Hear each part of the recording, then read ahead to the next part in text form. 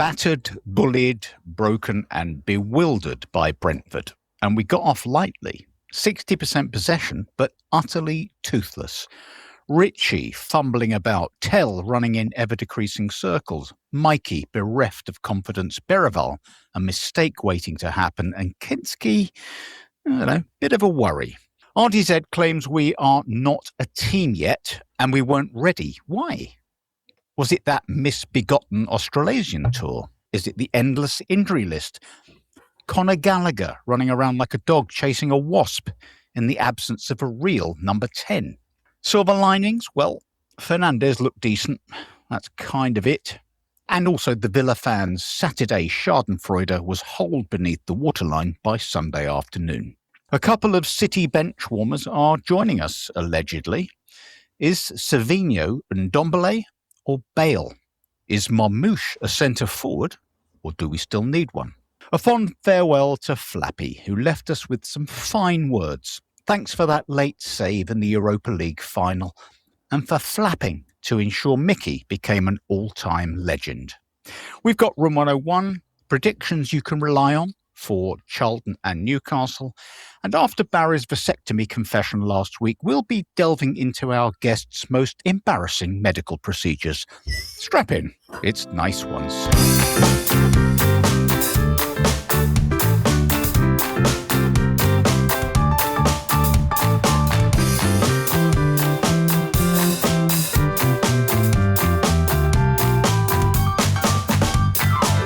Nice one, Cyril. So welcome to Nice One, Cyril. I'm Simon Lipson, treating triumph and disaster just the same, except lately disaster has moved in, unpacked its bags and taken over the spare room. With me are Julie Welch, whose language on our WhatsApp group will be turning into an expletive manual. Kev Acott, who is still stubbornly convinced we're finishing in the top 4. A psychological evaluation is pending. And Hollywood's own Lee Brown, who continues to wait patiently for Poch to come home. Well, welcome one and all. Where shall we start? Lee, God, you know what? It had a pre-season feel to it. Unfortunately, it was season. It was actual season. We just didn't turn up. We weren't at the races. What happened? Undercooked, I think is the word, isn't it? And I think a few people have already, I suppose, alluded to it. There seems to be a general consensus that the tour of Australia and New Zealand has impacted us somewhat. The tour of that area, I think, not only meant that we weren't playing everybody, a lot of them, still were carrying injuries and left back home. Some of the players that we've just bought have just joined us. That tour itself took a heavy toll on them because of the jet lag.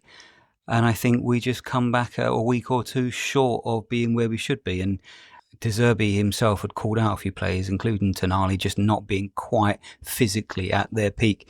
Now, whether that you can genuinely say that is a real excuse that we could use, perhaps it shouldn't be.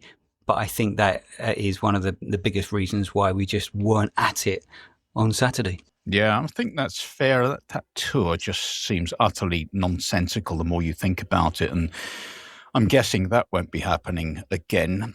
Julie, not much to get excited about. The first half was horrible. I mean, we were just bullied and battered. And as I said in the opening, were there any crumbs of comfort? I can't think of any. I really can't. Sorry.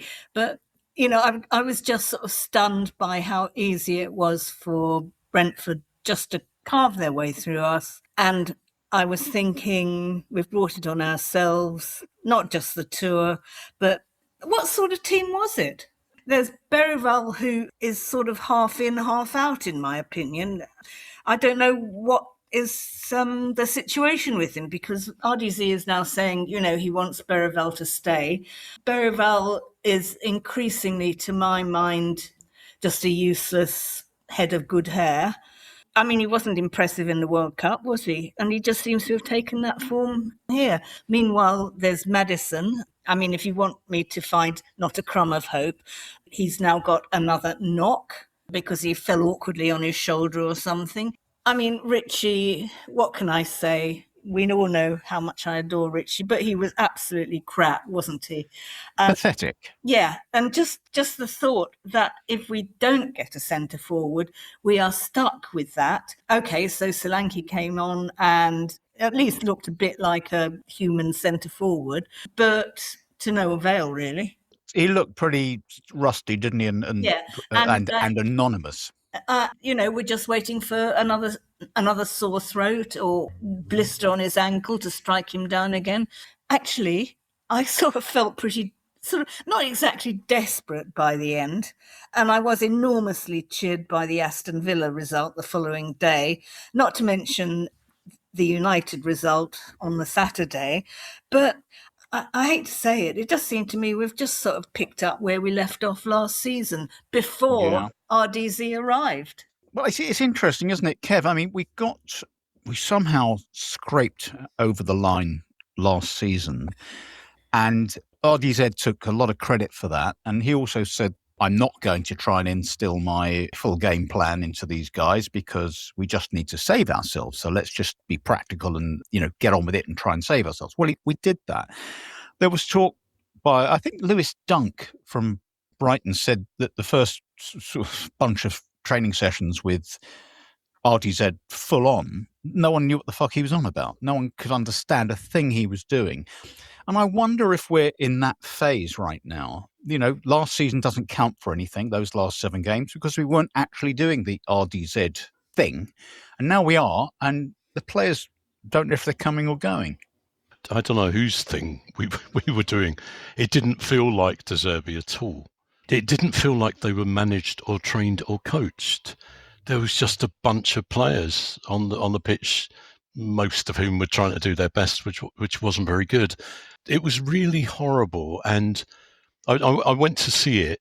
I was one of those lucky people who got to actually watch it at White Hart Lane. Watched it on the big screen, and there was such a buzz and so much energy and so much positivity before the match. And I swear everything just deflated after 10, 15 minutes because everyone was sitting there thinking, here we go again. It's more of the same. And it was so depressing. I don't think we're going to continue playing like that. I think as players return, players get fitter, De Zerbi maybe works out what his best team is, and hopefully we buy 2 strikers at least, then things will get better. But it just, I think I just felt stupid, really. I just felt, why was I optimistic? Do we never learn? It was just so frustrating and made me think I will never, ever be optimistic again. But I know that's not the case. Well, until next week, at least. Yeah. There's a stat that I heard today that I can't remember, but it was something like we've gone about 5,000 games where we've gone behind and haven't been able to win the game. I don't know how. It's something like 40 games. I don't know what it is, but once we're behind, Lee, that looks like it, doesn't it? As Kev alluded to there, you felt that that's it. The game's gone. That was after, I don't know how many minutes, 8 minutes or something ridiculous. And I do worry a bit about where we are defensively. I know there was no Doggy, at least until late on. We didn't have the great man himself, performative Pedro Porro. He wasn't there at right back. I think Archie's struggling there. And 2 new centre halves. Let's talk about those 2 guys, Van Hecke and Senesi. No Mickey van der Ven, of course. My view was that they looked like statues for most of the game. And for all their ability to pass out and pass through the lines and all that shit, they don't win balls in the air much. They don't tackle enough. I thought Senesi made a few tackles, but Van Hecke just looked like a lamppost. I think at the moment, as a collective, we're a team strangers. So where I think that can be looked at as a positive is that it's not the same team as we've had in previous seasons. So it can't be a symptom of previous squads or anything like that where the managers have struggled to get a tune out of these players, because a lot of these ones are different players from different clubs with different mentalities. But I think that's part of the issue at the moment. Apart from them not being particularly fit, the biggest issue is they don't really know each other, and you could see that with that pairing that Senesi and Van Hecke have played, one game together against a settled team that's hardly changed in 2 or 3 years. So I wouldn't get too anxious about it, because I think, one, that won't be the back line going forward, and 1 or 2 of those will just drop in if there's injuries. It won't be it was completely different back four, right? You had Robertson, Senesi, Van Hecke and Gray. We've never played that, and never played that back four before, right? So I think when the others come back and it's a more settled back four, it will look completely different and it will feel completely different. So it's easy to kind of get really anxious or catastrophize things at the moment, but they're not very fit and they don't know each other. It's as simple as that, I think. Yeah, I think you make a very good point. And certainly RDZ was desperate to get Van Hecke on board. We know that much. And he rates Van der Ven very highly.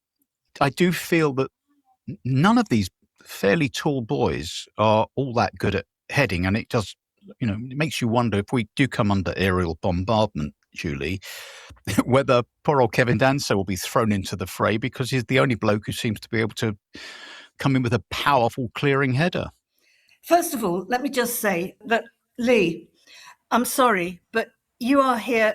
This is a pod where no one is meant to talk common sense, and you've just ruined it. Sorry. Correct.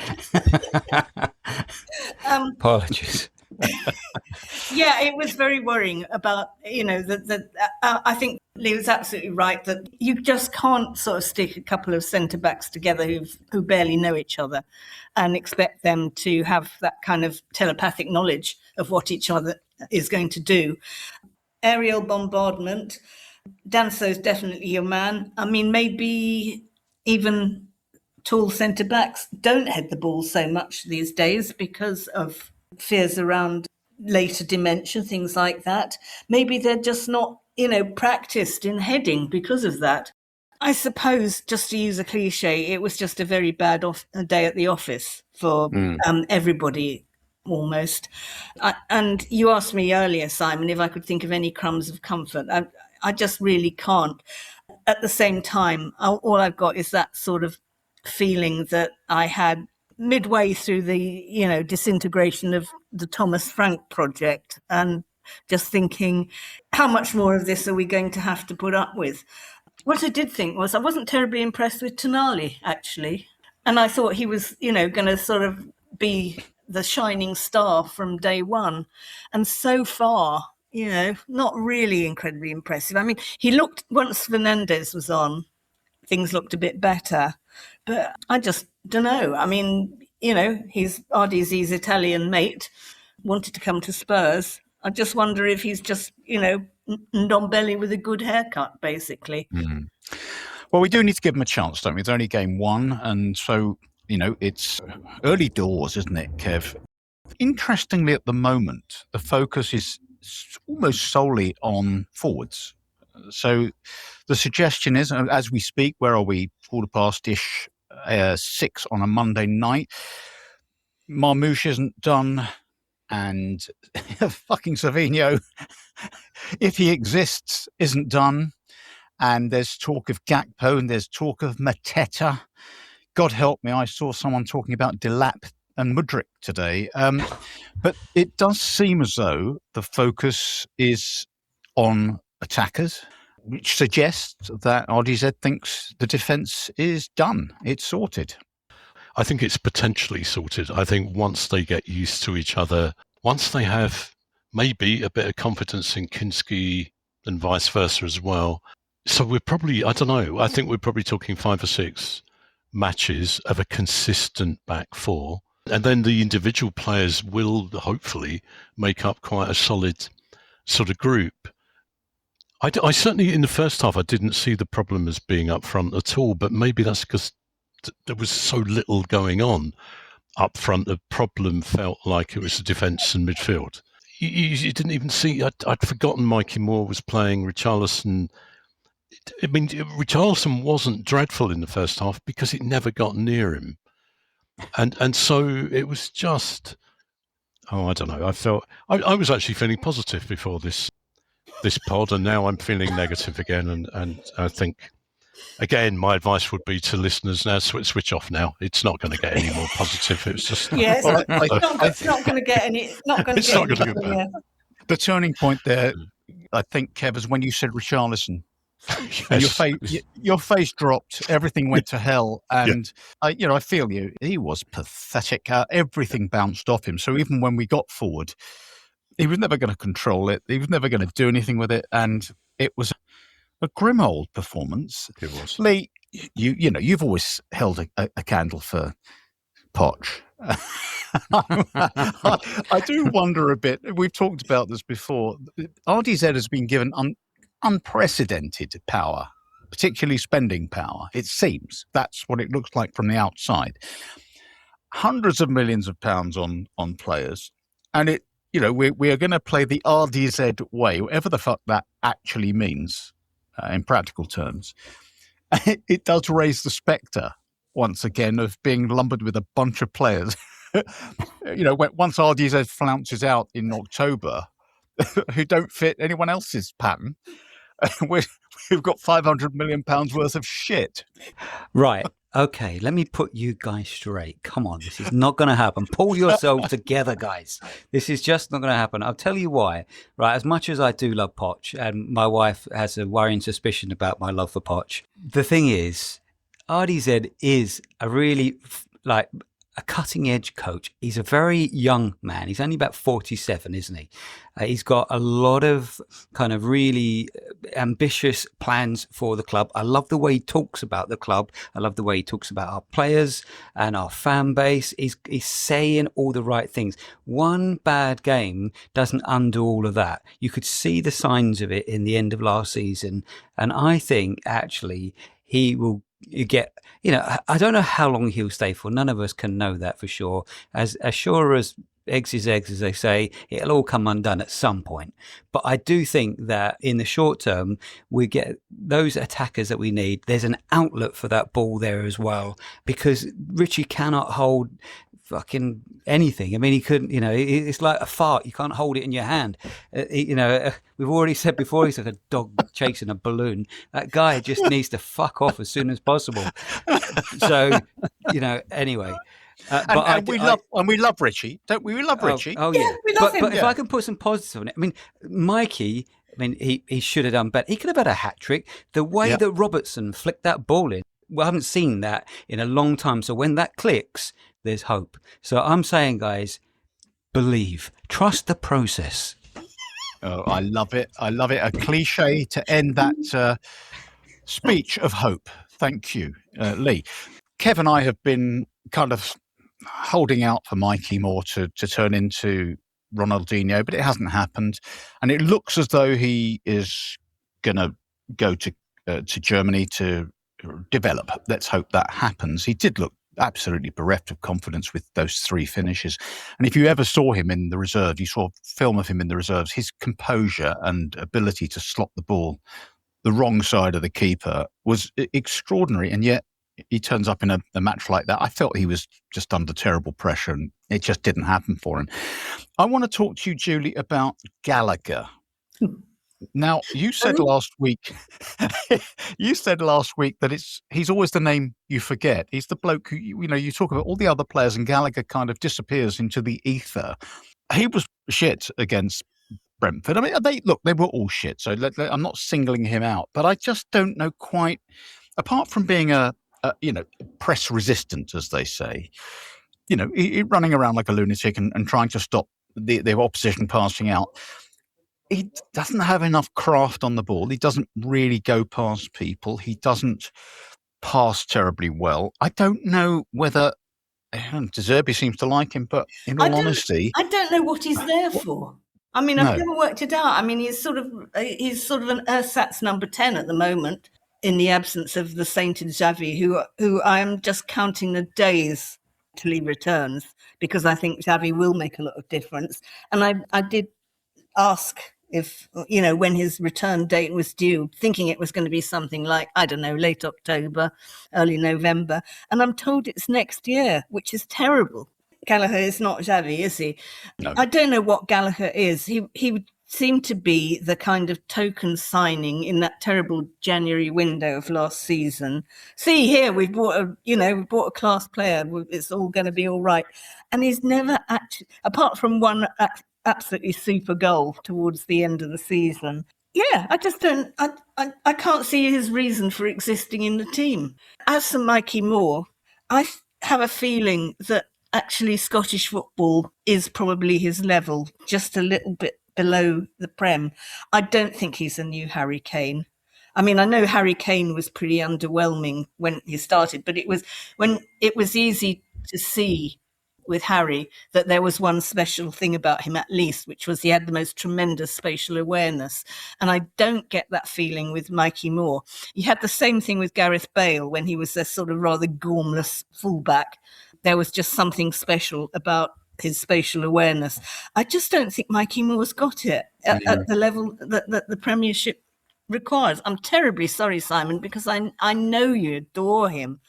I know you're breaking my heart, Julie, but I think, do you know what? I think you might be right, and perhaps he just isn't going to develop into the brilliant player that his performances in the youth level suggested. Just had a little tweet in from one of our nice ones, Cyril brethren. It's a Fabrizio Romano, so it's probably shit either way, but it says something to the effect of Cody Gakpo will only be sold if Liverpool can get 2 wingers in the next 8 days. All right, so we move on. Something here, Kev, that interested me was a lot of people got very excited about the fact that Michael Oliver was going to be the referee for our game, and they thought, well, he's a bloke who hates Spurs. And lo and behold, anything that went against us during the course of the match was his fault. Now, I did a bit of research on Michael Oliver, and he's officiated 57 Spurs matches. Spurs have won 29 of them and only lost 17. 9 reds for Spurs players, 6 for opposition players. The broader statistical data indicates his record with Tottenham is highly typical for a top 6 side and is actually more favourable than his record with rival clubs like Arsenal. So he's issued more yellow cards to Arsenal than to Spurs, and Arsenal fans think he's a cunt as well. Excuse my language, but they do. Doesn't this really show us that this bollocks about referees? It's not about them. They make bad decisions, and sometimes we suffer. We never seem to notice when a good one, one goes our way, and it is a lame excuse for a bad performance quite often. Yeah, I just want to say halfway through that, Simon, I'm not sure whether AI was speaking through you or the whole of Spurs Twitter was speaking through you. It was. Yes. Good. I Googled it. Shut up. You don't think I know that off the top of my head, do you? Musk has put a chip in his head, I think. Yes. So I'd have to tell you that halfway through it, I just lost the will to live. Me too, and I was saying it. So, so Kev, I don't know what the question was, but can I have an answer? Yes, you can. I'm desperately trying to remember the what the question was. The referees, yeah. I mean, I do genuinely think, last year in particular, we were on the receiving end of some really shit refereeing, and Arsenal were on the receiving end of some really shit refereeing in a very different way. But it is an excuse. It's an excuse. Michael Oliver, I don't know, he's probably a fairly crap referee, but most are. I don't think it had anything to do with that defeat at all. We've talked about the reasons for that defeat. Nothing to do with refereeing. It's just a weird, this sort of desire to build up controversies and create controversies and to target individuals for some bizarre reason. It was nothing to do with Michael Oliver. It was everything to do with those players and RDZ and everything that's gone before, really. Yeah. If you ever want me to read that out again, just let me know, by the way. So it shouldn't be a problem for me. Lee, let's move on to what appears to be the latest leadership group. Now, we've talked about leadership groups before and how fatuous and pointless they are, but let's have a look at this. We've got 5 captains now, by the way. We've got, I don't know what order this is in, but I think Van der Ven is the de facto captain. Then we've got Maddison's only 4th on this list. We've got Archie Gray, who's 5th. We've got Porro. I can't even remember the other ones. Ben Davies. So, Ben. So some of these players will never play. Some of them, like Archie, will get the odd game. Maddison won't play because he'll be injured all the time. And I have to ask, what is the fucking point of this? I mean, maybe you keep this internal. You know, all right, you guys, we look up to you as the sort of the group that has the maturity and the heft to, you know, for the other players to take something from. But why bother? That's the first time I thought RDZ, you've put a foot wrong there. I don't get it. I think historically we've always had this leadership group, and like you said, what was the point? And yeah, keep it internal. Who we don't need to know about this, surely. I mean, they just should be able to sort it out amongst themselves. They should all be kind of captains. That said, there's a hunger from the media to know, you know, what his choices are on that front. So I suppose he's kind of pushed into a bit of a corner. I'm glad Mickey van der Ven's the actual captain. I can see why PPP is second, because he's never injured. So, you know, most likely he's going to pick it up at some point. My actual biggest surprise is, and I can sort of see why Maddison's been put in there, but like we said in our message earlier on in the thread, he's played 4 games of 90 minutes in 3 years. Yeah. Why would he be on? I mean, surely he's got to be a candidate to be sold at some point, because he's just never available or consistent enough, and he's always trying to find his way into form. Now, on his day, he's brilliant, but what is his day? And as for Archie, and I think there's a really bright future. I think that's signalling that, because, you know, we do rate him highly. I mean, I suppose it's a public statement of that. And Ben Davies meant most people have talked about him being like the club captain. So I can see that, because I could see him going into management with us at some point. It is bizarre, all this stuff. I don't really get it. I don't know what the point of captaincy is anyway. But let me just ask you this, Julie. I know you want to make another point, but you just have to. You need to obey. Just listen to me and do as you're told. I might forget what I was going to say. Well, write it down. Get a pen. I mean, honestly, God, it's misbehaving. Look, what I wanted to say was about Maddison. Lee makes the point that Madders, you know, he barely plays a full game and hasn't played for donkey's years and doesn't look right. He looked like a rag doll against Brentford most of the time. And there were a couple of times when Bentancur won the ball back, gave it to Madders. Madders lost it. Bentancur had to go and win it again, give it to Madders. Madders lost it again. And that kept going on. I don't want Maddison there as a kind of a fucking waste of time Jordan Henderson with the England squad. You know, like a dickhead who just falls over, breaks his arm, hurts himself, does stupid things. But he says to the lads, come on, lads, we can do this. Do we really need that bloke? We want a player who can play. Well, I think in mitigation, Maddison has only just come back from that long period of injury. He's obviously rusty. Yep. Don't know why he played on Saturday in a way, because it was obvious that something was going to go wrong. Obvious that he was going to fall over or something like that. The question has been asked, you know, should we get rid of him? I think that would be a bit of a shame in a way, because when he does get back to form, which I trust he will, he is still a super player, and he is just the sort of creative force that we've so obviously lacked, which is one of the reasons why we got into so much trouble last season. So, yep. But as for him being part of the 5 captains, I wondered whether if De Zerbi, and this is the point that I was going to make before you asked me to start dribbling on about Maddison. Go on then. Oh, yeah, okay, I know. I'll try and make it quick. I wondered if De Zerbi was a bit frightened of offending somebody. You know, if he didn't include Maddison in the list, then, you know, that had upset Maddison. Had to include Gray because he doesn't want Gray to get pissed off.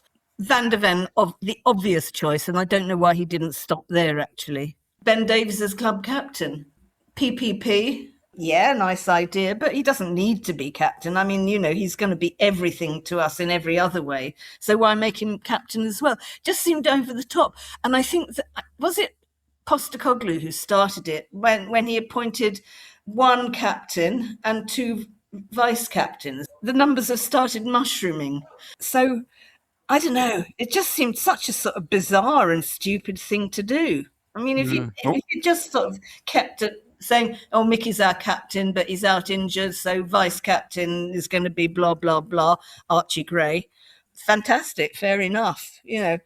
As you know, I have this little fantasy about Archie Gray being our new Steve Perryman. So that's all well and good. It's obvious, though, that playing it. Sorry, I've gone into a bit of a rant now. I'll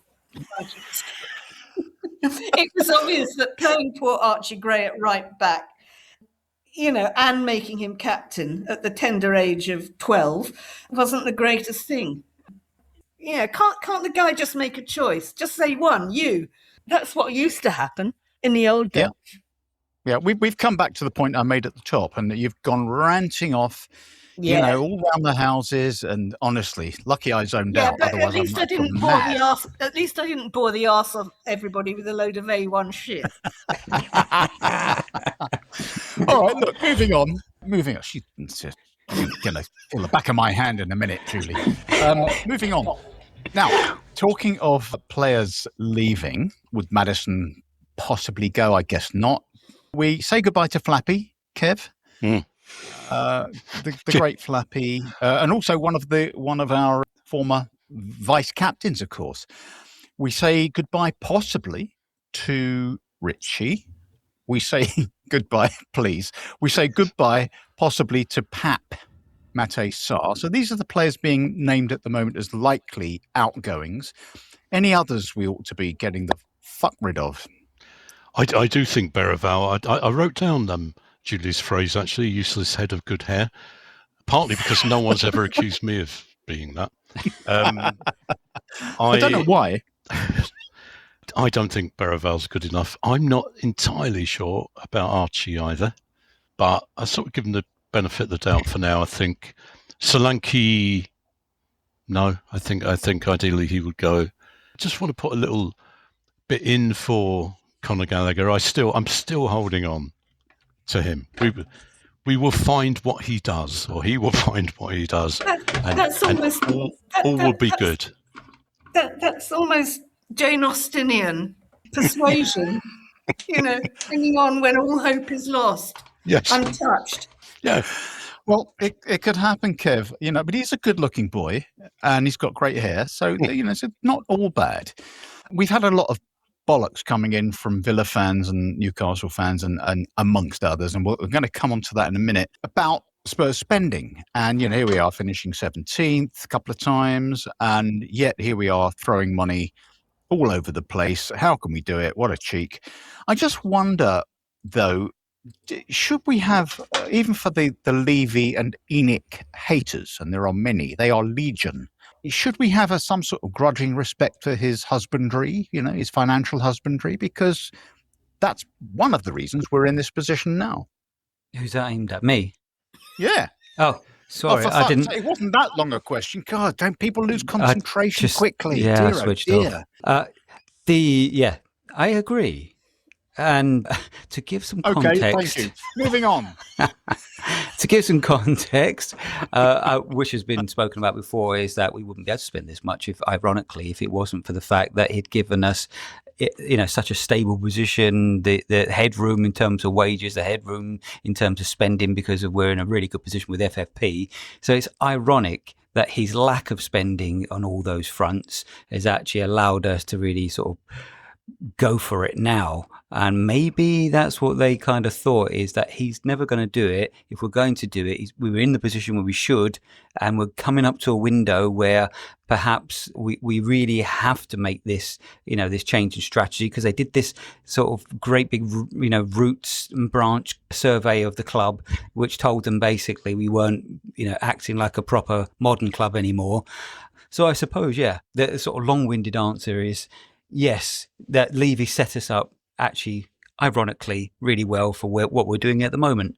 Yeah, good point. There we are. See, well done. Well done to you. So you see, if you listen, you can come up with the goods. That's the way it works. Now, look, let's have some stupid tweets. I've got oh God, there's so many this week. This is one, and I think it exemplifies how so many tweets kind of conclude. This is, I don't even know what the guy said, but he ended it with, "If you don't agree, then football isn't for you." Oh, fuck off. That irritates me more than it should. Here's another one. Spurs fans thinking their club is still relevant in the Big Six chat is hilarious. They spend every season and constantly finish 17th. And it's interesting, a lot of this Aston Villa stuff, it's always some bloke called Dean or Danny or Gerald, isn't it? You know, and they're all about, you know, I'll read this one in Dean's voice. Tottenham, £1 billion in debt, can buy a player for £85 million. To add to the 250 million they've already spent, can someone please explain what isn't corrupt? Apologies to any crummy Spurs fans. What? But this has become a thing. I mean, Julie, the idea that we're doing something corrupt. I mean, here's another one. This is probably the funniest tweet of the week. I have registered. I won't do it in Daryl's voice. I should do it in a Geordie voice because it was just the same thing. I have registered a formal complaint with the Serious Fraud Office against the Premier League and Richard Masters for bribery, corruption and anti-competitive practices. May I suggest fans of Newcastle, Villa, Nottingham Forest and Everton do exactly the same? And this was in the context of Spurs. Julie, fuck's sake. Yeah, we're into David Icke territory, actually. Yeah. We're being ruled by lizards. That's the only answer I can give, really. Okay. But all right, well, just to say that you have obviously alienated every listener or potential listener in the wider Midlands area. I hope so. Yeah. I like to think so. Just so you know. Here's another good one. Nobody in Worcester is going to listen to you. Well, Probably not Stratford-on-Avon. We've lost them all. They've all gone. Ah, God dear. Our numbers will go down by at least 2. Now, look, here's another one. This is competes for the stupidest tweet of the week. Kev, you'll like this one, I think. Take Tottenham out of London and put them in Hull. And they won't, and they don't have what they have now. They have relied on location and tourism to get where they are today. Tourism in Tottenham, for fuck's sake. Anywhere else, they're nobodies. Kev, discuss. No, I can't. I can't. Where do you start? Yeah, it is like responding to David Icke about the lizards. It's just no. It's weird, isn't it? I mean, it's fascinating, I suppose, sociologically about how these conspiracies get going and are picked up, and people want to join them, and Newcastle fans and Aston Villa fans together, seeing this corruption, but somehow not seeing the corruption of Chelsea or Man City. It's very, or indeed their own clubs. And petitions. I've actually seen petitions as well that they're asking people to sign up for. It's bonkers. Yeah, it is. It's absolutely pathetic. I've got a final tweet which just made me smile. Marmoush to Tottenham is an initial loan with a £50 million mandatory buy option. A mandatory buy option. Does that make any sense? You must buy if you want to. I think that's what that means. All right, look, let's have some Room 101. Lee, take it away.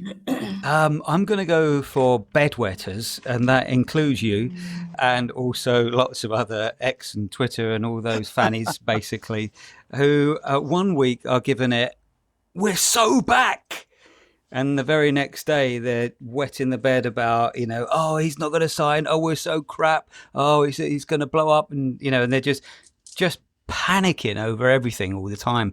Everything becomes a catastrophe with just one moment that they can't see the bigger picture, the helicopter view, as they call it. Are you calling me a bedwetter? Maybe it's a dribble. Do you know what, Lee? I'm going to reveal all of your messages on our WhatsApp group.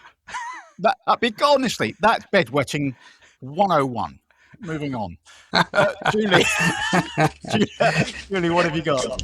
As you know, I'm a former journalist, and I believe all journalists are wankers, including me. Yes. But it was just this. I'm going to put Phil McNulty, allegedly the BBC's chief football writer, into room 101 because I was feeling especially raw after the defeat to Brentford. So then my eyes sort of lighted on his report. Robert De Zerbi may have spent close to £400 million. And I immediately thought, no, you didn't, you twit. It was the club who are spending all this money. By the time his Tottenham Hotspur rebuild is complete. Sorry, I'm reading in a rather dim light. Well, you need to get some AI to help you. But it took just his side's first Premier League game of the season to prove all the money in the world is no guaranteed cure for a losing mentality. And I don't know, there was something about that. I just lost it. I really lost it. I mean, you may have seen the sort of the rant that I messaged where I called him a wankbot of the highest order. Amongst other things. Yeah, amongst other things. I just thought, you don't know anything about it. You just pick up what everybody's saying. Mainly you've been reading tweets from Villa and Newcastle supporters, haven't you? Losing mentality. Oh, just fuck off. Please fuck off. As I said. Phil McNulty, you are in room 101. Okay. Kev? The first one is the free vegan sausage. I don't know what they were. Free vegan hot dogs given away at the ground on Saturday. Genuinely the worst thing I've ever eaten. Just awful. And we were so pleased that we were going to get free food and a free beer, and it was just terrible. But the other thing was this morning, and this might be slightly unfair, I realise that, is people who decide to get on my bus between Crouch End and Finsbury Park and thus delay it and stop me getting the first train to City Thameslink in the morning. Because if they didn't get on that bus, the bus would go straight through to Finsbury Park on time. I could get me coffee and sit down and relax. But they don't. And you never know when one of them's going to suddenly appear at one of these obscure bus stops between Crouch End and Finsbury Park. And I hate those people. Kev, listeners can't see you, but I can see you. And your eyes are mad. Honestly. He's fulminating, isn't he, Julie? He is. Yeah. All right. Well, I've got a couple of bits and bobs for room 101. First of all, Troy Deeney. I don't know. Look, the man's a dick, and I don't get it. How does he get a gig on any kind of media? Beyond stupid. He's the guy who said he was better than Harry Kane at holding the ball up and scoring goals in the last minute. And what a dick. So that's Troy Deeney. The other one, football related, was people celebrating tackles. I forgot a feeling we've had this in room 101 before, but I noticed Johan Visser from Newcastle made a tackle somewhere near his own 18-yard line, and he got up and celebrated. With the crowd. And I thought, look, you see, the thing is, Johan, you've been shit for Newcastle and you're trying to ingratiate yourself. We've got the chief ingratiator at our place, right? Performative Pedro. He's won a World Cup, right? That's how you do it. You've got to have something. All you did was make a tackle. Don't celebrate tackles unless you're Jed Spence and and you're still playing for Spurs, right? Then it's okay. But here's the worst thing, right? It's not football related. I made an inquiry about something online, and I got a call, and there was a young lady. She said, "Hello, am I speaking to Simon?" I said, "Yes, you are." She went, "Amazing." Okay. She said, "Could you spell your surname for me?" I went, Lipson. Amazing. Thank you. That's amazing. And I thought, God, if I could impress a girl just spelling my name, that would make life so much easier. Don't use amazing. I don't mind the drop G. I can forgive that. But I didn't do anything amazing. And don't use that word out of context and irrationally. That's it. I'm done. Now, moving on. We have got Charlton Is it still the Carabao? I don't even know. Who cares? But we're playing them. They've won 2 games already. They beat the Hammers the other day, of course. Who's going to turn out? Is anyone fit? And if so, what sort of formation? Will we see Luca Williams-Barnett? Will we see Maddison start a game? What's going to happen? Lee, any thoughts on this one? I think he'll have to go strong because it's going to be a game where people are going to be really, there's going to be a lot of eyes on this team. And I think that, unfortunately, whether we like it or not, because of the amount of money that we spent, there's going to be a lot of eyes on this team waiting for gleefully to be able to just kind of stab us for saying, look at that, spent all that money and they're still shit. So I think he's going to have to go strong, and quite rightly so, because we haven't got that many games this season because we're not in Europe. So let's go for it. Start with the strongest team possible. Julie, what are your thoughts on this one? I tend to agree with Lee myself. It's not one we can just throw away, is it? Well, I think it might be a sort of counter bluff, so to speak. I think he might, because everybody's saying he's going to play a strong team, he'll probably, go with the kids. I'm sure that LWB will get a turn, and I think he'll play very well. Mikey Moore may have the chance to sort of burnish his image if he hasn't been packed off to Cologne. And I would be tempted not to play the strongest team, including the Crocs, simply because we've got Newcastle after that. And that's going to be a really, really hairy one. Also, although Charlton beat West Ham, oh God, I can see this coming back to haunt me. But the last time I saw Charlton last season, they weren't all that. Mind you, Spurs aren't all that at the moment either, are they? If I were him, which thank God I'm not, I wouldn't put out the strongest team. Unless Maddison is sort of now beyond repair, I'd give him another run out so he can get a bit of game time. Which of our crappy centre forwards is going to play, I have no idea, and I don't think it's important anyway. And when I see put out the strongest team, I mean, the further up the field you go, it's not a very strong team, is it? It's not. Kev, but for a foolish decision you made as a youth, you could have been a Charlton fan. I could. It's a long story. It's a boring one, so we won't go over it. But do you think you're going to get to the end of this match and wish you had made that choice? No, I think we're going to win it. I think slightly unconvincingly. I don't know what our strongest team is either, because we've got so many injuries, so many people unfit. I think he should play the best team he can, which I don't think would be the best team from a very fit squad, if you see what I mean. But I wouldn't start with Mikey. Actually, I think I'd start with the other guy whose name I've just managed to forget. Him. Williams-Barnett? Double-barrel bloke. Yeah, him. Williams-Barnett. Yeah, Yes. Well done. Yeah. Williams-Barnett, yeah. Yes. So I think I personally would start with him and maybe Solanke. I don't know. Yeah. I think go for it. And they're the one team I don't want us to thrash and humiliate, really. Because of, would you like me to tell the story of how I could have become a Charlton fan? I'm very happy to, I tell you what we could do is we could do a special podcast on that and then put it up for anyone else who wants to hear it, but spare us. No, look, Kev, I'm being spiteful for no reason. It's a damn good story, but we have heard it 6 times before, and that, I think we have to move on, really.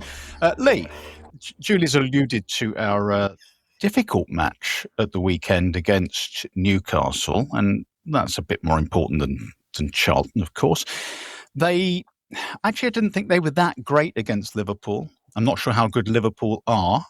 Liverpool dominated, and in the end, I don't know how they didn't win that. But every team we come up against, you think, oh God, they're going to be a handful. Is it just because we're so unreliable at the moment? I think so. We're one of those teams that a lot of other teams look forward to playing at our stadium for beginners, so I think they'll come there and want to put on a good show.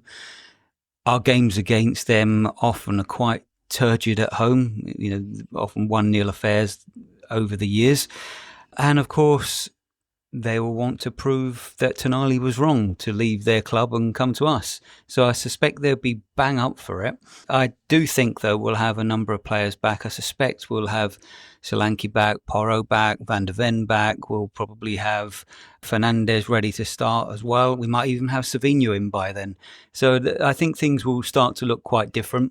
I think it will still be a very difficult game. I still think we might be a week or so off being quite physically ready for the Premier League. So yeah. I might go for a draw for that game if we're predicting. Okay. And you, Charlton, you didn't give us a prediction. I did. I'm going to say we'll win that one 3-1. Okay. Julie, moving on to Newcastle. Thoughts about that match? I think Lee's being a bit optimistic about, we need another week or so to be ready. I think it's going to be well into October by the time, when we're actually going to start cooking. I don't hold out much hope for a result, I have to say, because, they've got centre forwards. We haven't. They've got strikers. They did look quite tasty, I thought, against Liverpool. And actually, I thought Liverpool looked quite good in the end as well. Both those teams are way above us at the moment. We just don't have the cohesion. Hopefully, Charlton will give us a little bit of cohesion. Maybe we'll absolutely stuff Charlton, which is my local club, actually. And I go there more often than I'm able to get to the Tottenham Hotspur Stadium. But I sincerely hope that we do manage to stuff Charlton.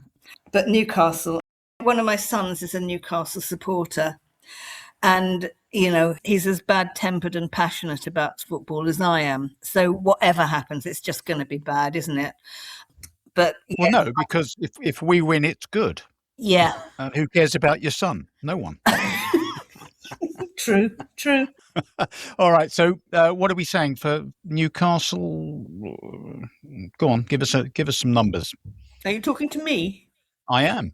Right. Robert De Niro. Okay, I think they're going to do us. I think it's going to be at least 2-0. Sorry. 2-0. Okay. Let's move on to Kev. Thoughts on, scoreline for Charlton and general thoughts about the Newcastle match? I think we'll scrape 2-1 against Charlton. Thoughts on Newcastle? I've always liked Newcastle. And even when they were taken over by that obscene group of people, I sort of forgave them and still quite liked Newcastle. It's just their fans, who I'm sure are not remotely representative, but anyway, on Twitter, who've done this conspiracy nonsense in the last couple of weeks. It makes me, it'd be so wonderful, wouldn't it, to thrash them? But we won't. So I think I'm going to go 2-2, really. 2-2? Yeah. Okay. Well, for what it's worth, I think we'll beat Charlton 3-0, and I do actually think we might pip Newcastle by 2-1. There we are. What do I know? Nothing. Well, look, my thanks to Julie Welch, Lee Brown and Kev Acott. You can follow us on Twitter at NiceOneCyrilPod. Why not have a look at our website, www.niceonecyrilpodcast.co.uk. All of the episodes are on there, plus information about all of the contributors and photos and shit like that. And you can give us a follow or subscribe to the podcast on the podcast platform of your choosing. We will be back next Monday to dissect the various matches that we've just talked about. And until then, come on, you Spurs.